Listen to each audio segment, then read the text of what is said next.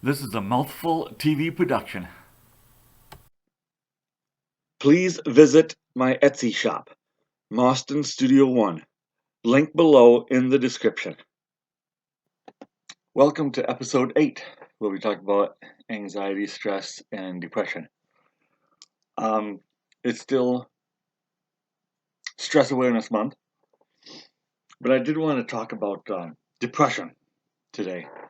That can be a very delicate subject.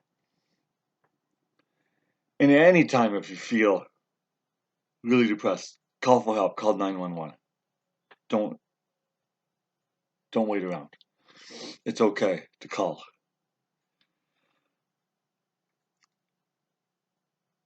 But I was reading some stuff about depression. It says depression is struggling to get out of bed each morning. I definitely know what that is. People say, "Oh, you're just lazy," or yeah. It's more than that. You want to. Sometimes even know you need to. But it's the hardest thing, seems like, of the day.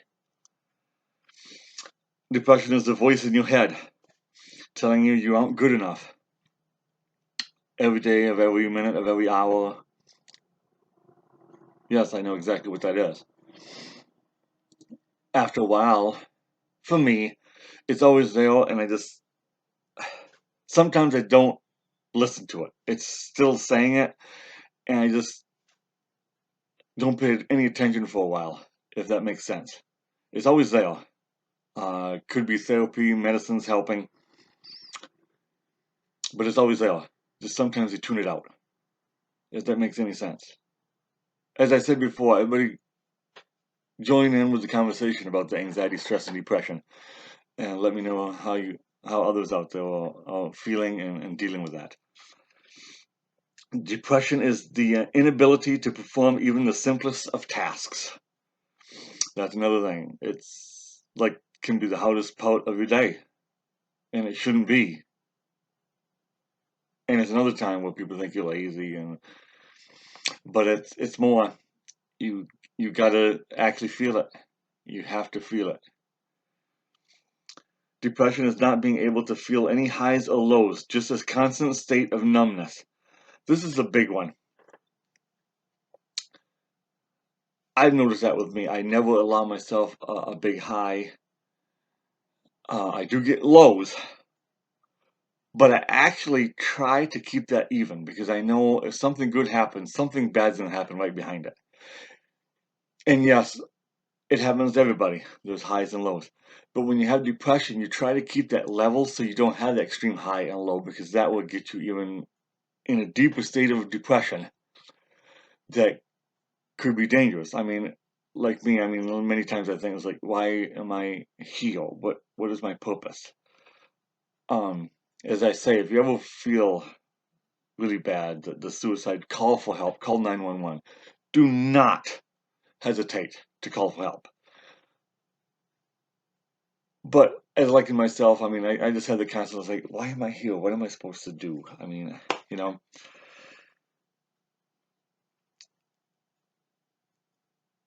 So yeah, you always try to keep it level. Let me know how you others feel about that, and do you feel that? Depression is inability to find meaning or enjoyment in anything you do. It kind of goes to that same thing. Inside, you can think, wow, this is absolutely awesome. It's like, but I'm not going to show it or actually let me feel that goodness because it's like it's false. It's going to be all the way back down again right after this, if it makes sense. Yeah, I'll keep it at that. Depression is faking how you feel every day just to make other people believe you are okay. That's another big one. I mean, people say, "Oh, how you doing today?" Absolutely trouble. I kind of wonder what I'm doing here. It was so hard to get out of bed. You don't do that. You just say, "Everything's okay."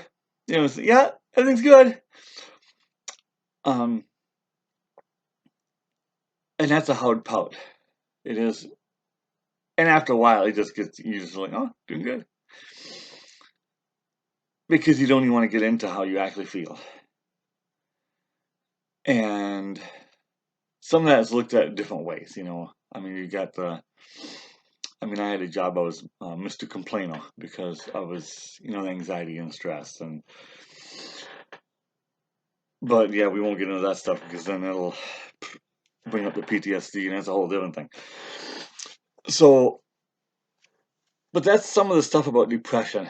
And again, let's kind of get the conversations going nicely and how we feel and how we all cope, you know, for ourselves, and it might help others as well cope with themselves about depression. It's not something. I mean, you discuss depression, a lot of people are like, you know, they don't want to go there, and I get it,